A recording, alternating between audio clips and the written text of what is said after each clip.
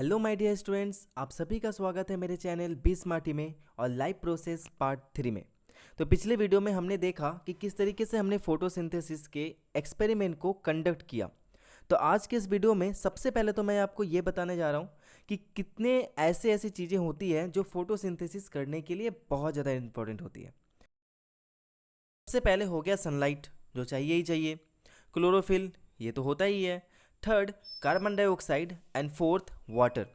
तो हमने last experiment में ये देखा था कि किस तरीके से सनलाइट जो है वो फोटोसिंथेसिस के लिए बहुत इंपॉर्टेंट है।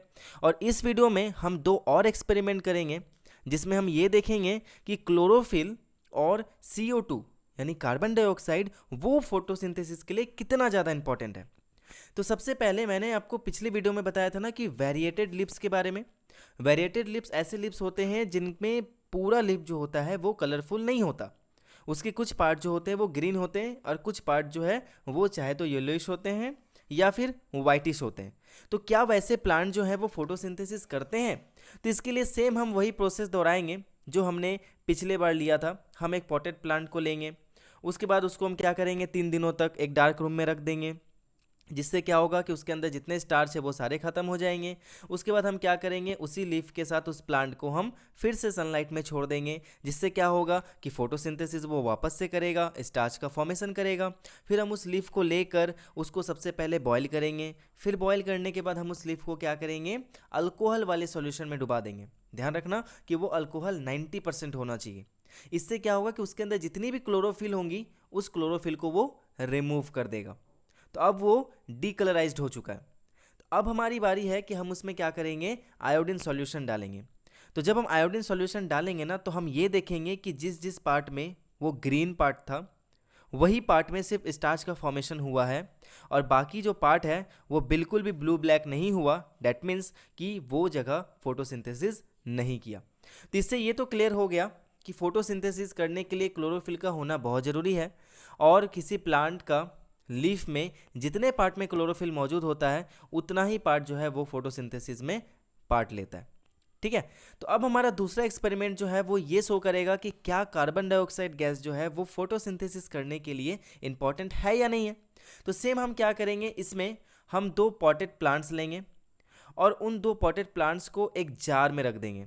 ठीक है, यानी एक में पॉटेड प्लांट रखेंगे, दूसरे वाले में दूसरा प्लांट रखेंगे।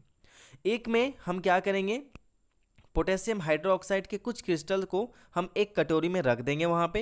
एंड सेकेंड वाले में हम ऐसा कुछ भी नहीं करेंगे और वो जो शीशा ऊपर से लगा होगा ग्लास, उसको बहुत ही अच्छे तरीके से कवर करेंगे ताकि बाहर से कोई भी एयर जो है वो अंदर ना घुस पाए। तो कुछ देर में जिस ग्लास में हमने पोटेशियम हाइड्रोक्साइड रखा था वो ग्लास के अंदर का जितना भी कार्बन डाइऑक्साइड मॉलिक्यूल्स होगा, पूरा का पूरा गैस होगा, उसको वो पोटेशियम हाइड्रोक्साइड क्रिस्टल जो होंगे वो क्या करेगा, एब्जॉर्ब कर लेगा। डैट मीन्स कि कुछ देर के बाद उस ग्लास के अंदर कोई भी कार्बन डाइऑक्साइड गैस नहीं होगा। सेकेंड वाला जार है, उस जार में हमने कुछ भी नहीं किया। डैट मीन्स वहाँ पे कार्बन डाइऑक्साइड है। उसके बाद हम क्या करेंगे, दोनों को उसी तरीके से उठाकर सनलाइट में रख देंगे ताकि वो वहाँ पे फोटोसिंथेसिस कर पाए। 3 से 4 घंटे तक हम उस प्लांट को वहीं पे छोड़ देंगे।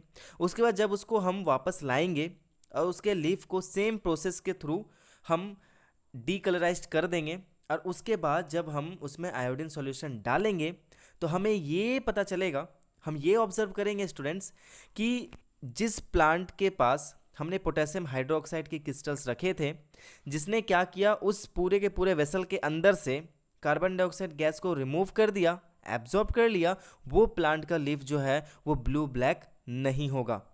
डैट मीन्स उसमें स्टार्च का फॉर्मेशन ही नहीं हुआ। लेकिन वो प्लांट जिसमें हमने कुछ भी नहीं किया था, वो प्लांट इजीली स्टार्च का फॉर्मेशन किया और आयोडीन सॉल्यूशन डालने के बाद उसमें इजीली हम ब्लू ब्लैक कलर देख सकते हैं। तो ये सारी चीज़ें हमें यही शो करती है कि फोटोसिंथेसिस कितना इंपॉर्टेंट होता है प्लांट के लिए। और फोटोसिंथेसिस में हमारा carbon dioxide, chlorophyll, sunlight and water का बहुत बड़ा हाथ होता है।